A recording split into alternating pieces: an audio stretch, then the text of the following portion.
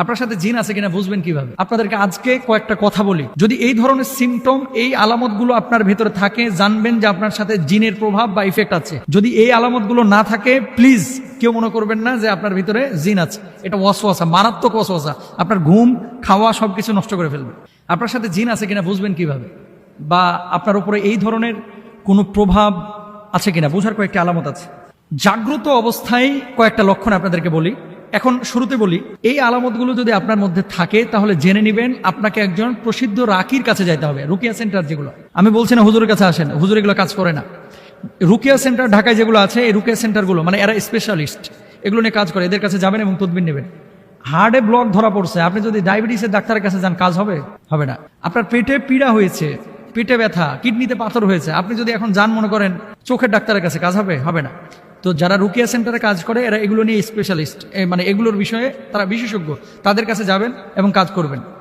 আমরা যেটা করি আমল দিয়ে দিই আর কি। যাই হোক, এখন আপনাদেরকে বলি যে জাগ্রত অবস্থায় যদি এই সমস্ত লক্ষণ পান, জানবেন যে আপনার কাছে বদজিন আছে। এক নাম্বার, কিছু মানুষের কোনো কারণ ছাড়াই মাথা ব্যথা, ঘুম ঠিক আছে, খাওয়া ঠিক আছে, কোনো টেনশন নাই, তারপরেও সারাক্ষণ মাথাটা জিমায় আর চিনচিন করে মাথা ব্যথা করে।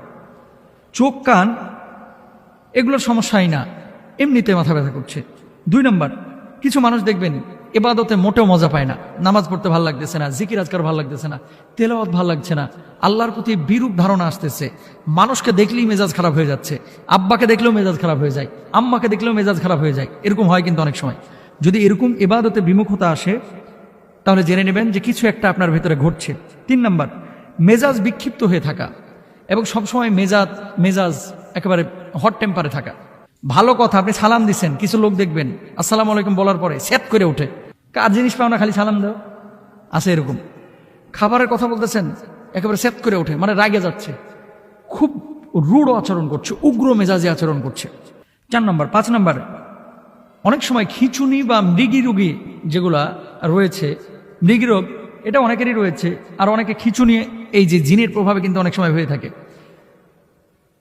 6 নম্বর, হঠাৎ অজ্ঞান হয়ে যাওয়া, গাড়িতে বসে আছে কোনো কারণ ছাড়া অজ্ঞান, দাঁড়ায় আছে কথা বলতেছে কোনো কারণ ছাড়া অজ্ঞান হয়ে যাচ্ছে, রাত্রিবেলায় দাঁড়ায় দাঁড়ায় গল্প করতেছে কোনো কারণ ছাড়া অজ্ঞান হয়ে যাচ্ছে। 7 নম্বর, শরীরের কোনো অঙ্গে সবসময় ব্যথা থাকা কিংবা বিকল হয়ে যাওয়া, অথবা ছোপ ছোপ কিছু দাগ দেখতে পাওয়া। রাত্রিবেলায় ঘুমিয়েছেন আপনি, হঠাৎ আপনার শরীরের উপর আঁচড় দিয়েছে, মনে হচ্ছে কেউ একটা খামচি দিয়েছে। ইভেন আমি নাম বললে চিনে যাবেন। আমরা যে বিদেশে সফরে যাই, অনেক সময় এমনটা হয়েছে যে আমাদের সাথী পাশের বেডে শুয়ে আছে, পাশে আমি শুয়ে আছি, সকালবেলায় দেখতেছি পায়ের এখানে কে যেন খামচায়া পুরো দাগ করে ফেলেছে, অথচ 4 স্টার মানের হোটেল, এখানে তো বিড়াল আসার কথা না, এখানে তো মশা মাছির প্রশ্ন ওঠে না, তো খামচাইলো কে? মেন কথা হচ্ছে এই ধরনের বিষয় ঘটে।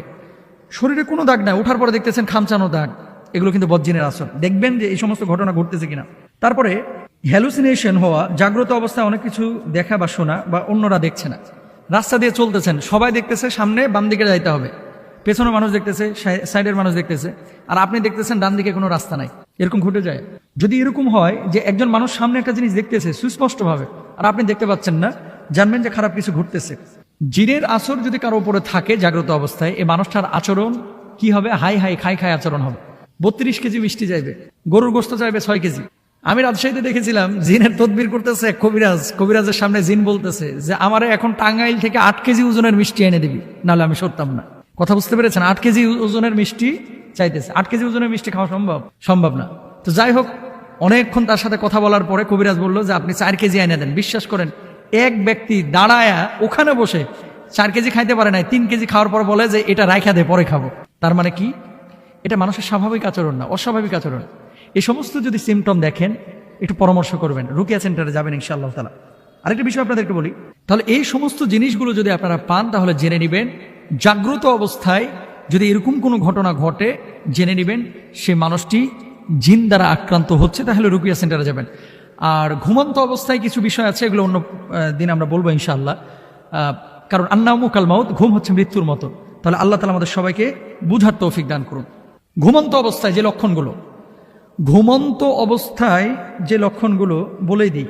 এমন কিছু অবস্থা রয়েছে যে অবস্থাগুলো ঘুমন্ত অবস্থায় যদি হয় তাহলে জানবেন যে জিনের আসর আছে। 1 নাম্বার, নিদ্রাহীনতা। কিছু মানুষের ডে বাই ডে শরীরটা খারাপ হয়ে যাচ্ছে এবং ঘুম আসছে না, কোনো কারণ ছাড়াই ঘুম আসে না, কোনো টেনশন নাই, কিচ্ছু নাই।